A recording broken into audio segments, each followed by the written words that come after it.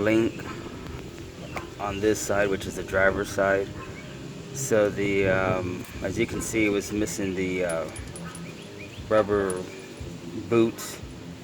The bottom wasn't too bad, but either way, I went ahead and just purchased the entire link, and it comes with the everything you need.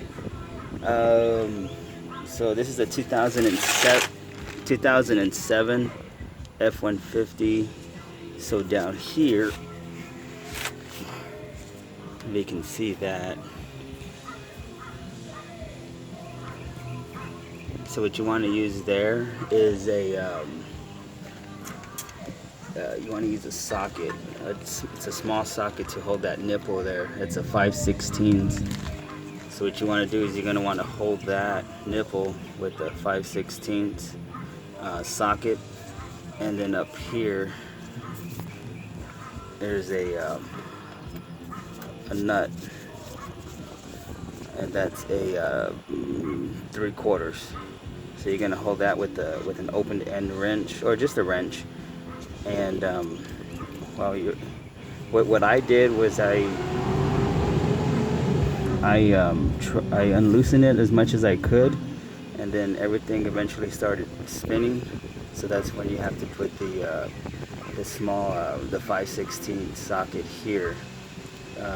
So you're gonna turn them opposite. So you're gonna turn one way, the 5/16, and then the 3/4, turn it the other way, and then you'll be able to get this guy out.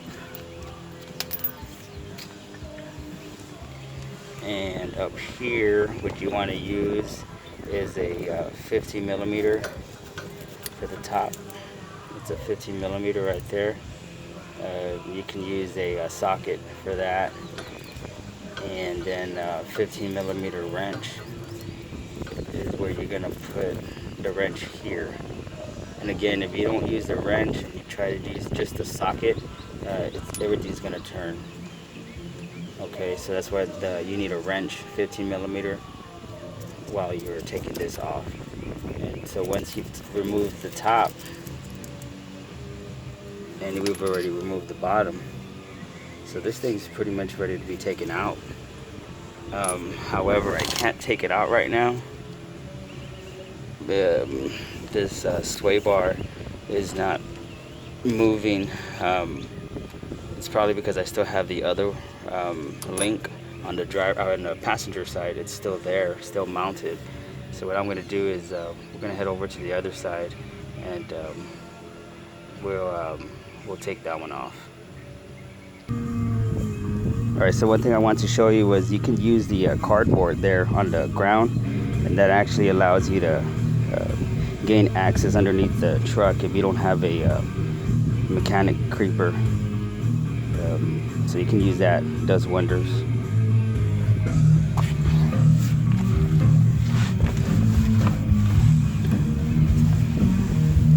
Yeah, so by putting that cardboard down there, you're able to slide underneath the truck in and out without any issues.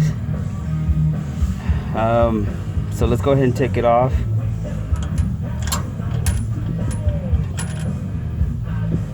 You know what, let me lower the radio real quick. Okay, so before we unbolt anything or attempt, I'm gonna use some of this here. Just apply it real quick up here on top. If I can get something to come out. This is an old bottle, by the way. Oh, there we go. Alright. There you go. And then we'll go ahead and squeeze some down here as well. So we can zoom in on that. There you go.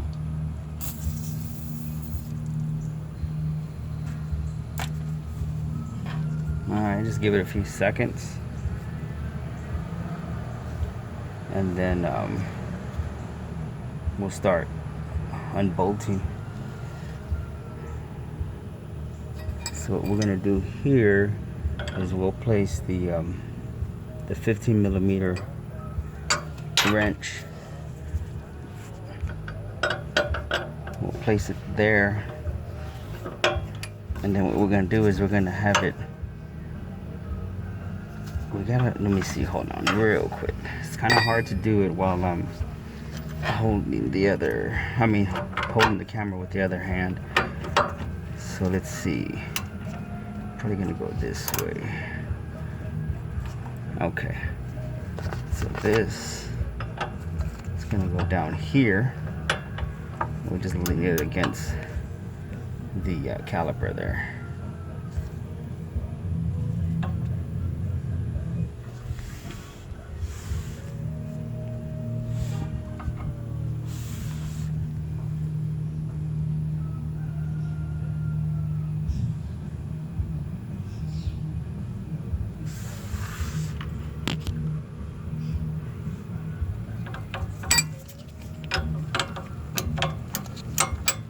Trying to see how I can set this.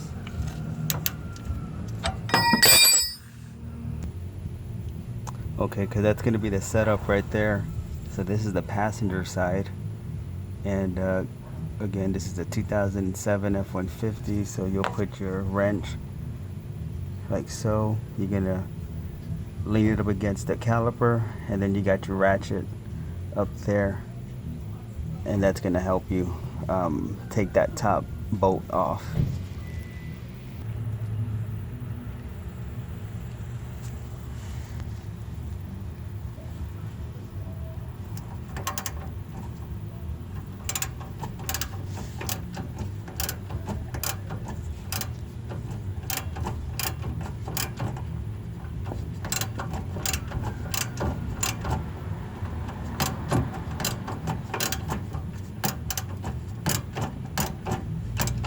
Now the other thing you can do is, because this is getting in the way of the ratchet every time I try to, so what you can do is at this point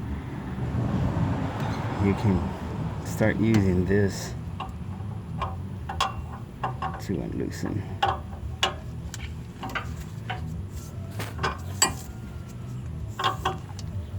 You can do it that way too. Of course, it's going to take a little bit longer,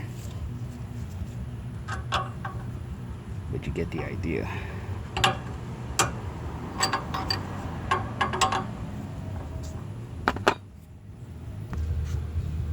Alright, so the next thing we're going to do is we're going to remove this bottom portion here. And again, you're going to use a 3/4 wrench to put down here. I think I moved the camera a little bit. Alright, so and then you're gonna use the 5/16 here for the nipple, and you can use a ratchet for that.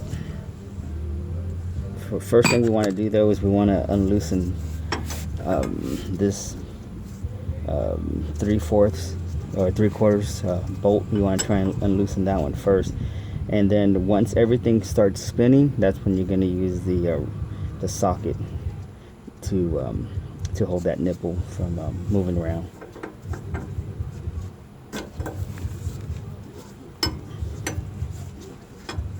Just trying to get it easy. Might have to use a deep socket for this one, but I'm not too sure, so let's give it a try.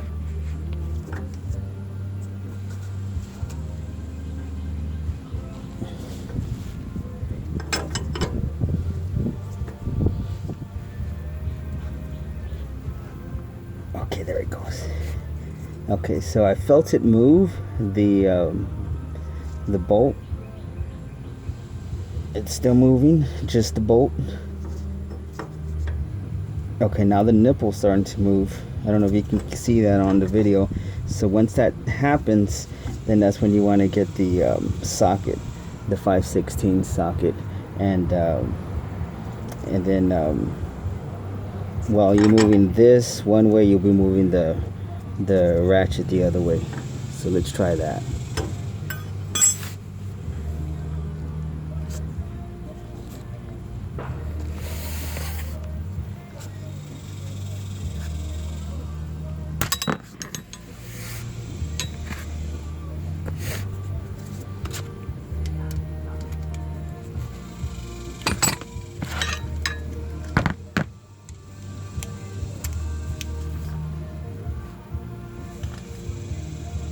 get moved out of view there. Alright, there we go. Alright, so again, you're going to use the 3/4 ratchet to remove that bolt there. You're going to move it or kind of break it loose, and then once everything starts moving, that's when you'll use the socket, which is this one right here.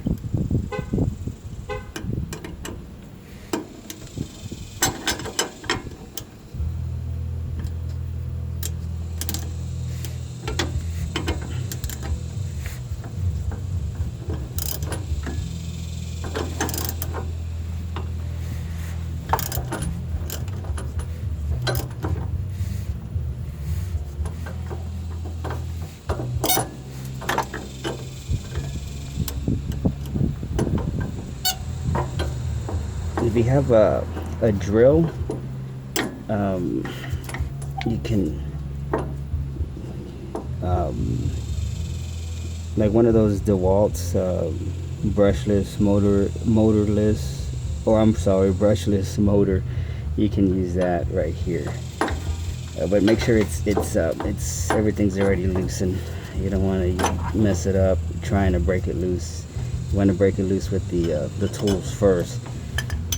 And then that part that we just did, you can use one of those drills or an impact if you have one. So that's that. So it's done. It's ready to be taken out.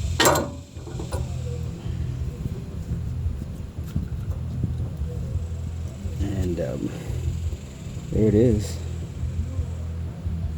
So we'll just reinstall everything with the new one. And on the new ones, it's gonna require different sizes of wrenches and possibly a ratchet. But this video is just showing you guys and gals out there how to remove the end links to a 2007 Ford F150. This is a 4.6 V8 two-wheel drive. Alright, and the parts that I'm using, that I'm replacing it with, is this brand right here. I know you guys are familiar with it. Part number is K as in King 08337. K80, I'm sorry, so it's King 80337. So, alright, and shouldn't take too long to put them back on, but hope this video will help you guys. Appreciate you guys watching. For those of you who are in lunch break, it's time to go back to work. Take care.